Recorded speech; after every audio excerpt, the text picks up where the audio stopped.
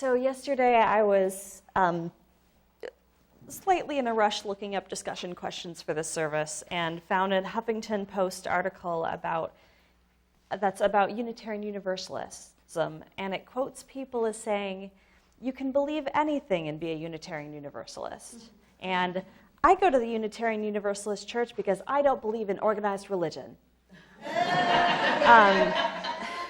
We may not talk readily of an absolute doctrine, but that doesn't mean that the Unitarian Universalist Church doesn't have any theology.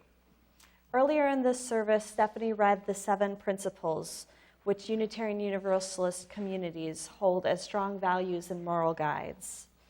Along with providing a moral guide, this faith also encourages us to explore our own personal theologies and embrace them, which is something that I've always found extremely beautiful. My personal theology, I've given at least one sermon led one service on my upbringing as Quaker, so some of you have heard a little bit of this, but my personal theology is heavily drawn from Quakerism, the faith in which I was raised. In Quaker theology, there is a piece of God in every person. It is based on Christianity. That belief is part of the reason Quakerism is one of the pacifist religions.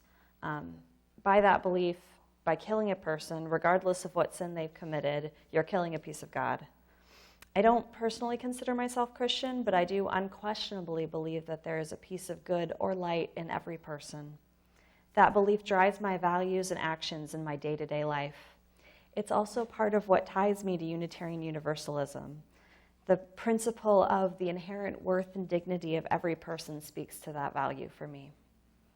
Another value I've carried from Quakerism is the belief that there is no heaven or hell.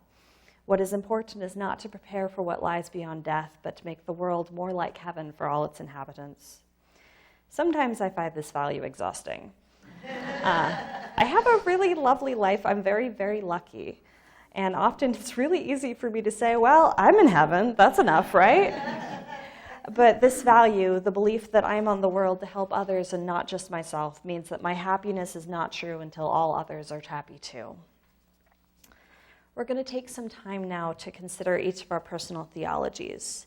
So with your order of service, you were given or should have been given a sheet of paper that has the 7 principles on one side and discussion questions on the other. We're going to take a few minutes to just individually reflect on these questions in silence, and then afterwards we'll talk about them in groups, but please remain in silence until I ring the bell. There are pens you should have been given or been told to get a pen, but if you don't have one and would like to take notes, there are pens on the back counter over there. So you're welcome to go up and get a pen. But yeah, for now, either if you would like to, you can just sit in silence, or you can sit and think about the different values.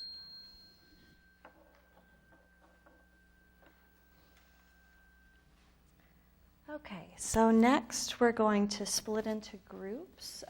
If we could split into groups of 4 or 5, and I would ask that if you know everyone sitting near you very well, try to go to a different part of the room, because this activity will be so much more interesting if you don't already know the answers for all the people you're sitting with. But yeah, if you could split into groups of 4 or 5, and for the next 10-ish minutes, we're going to just talk about the answers. That's funny.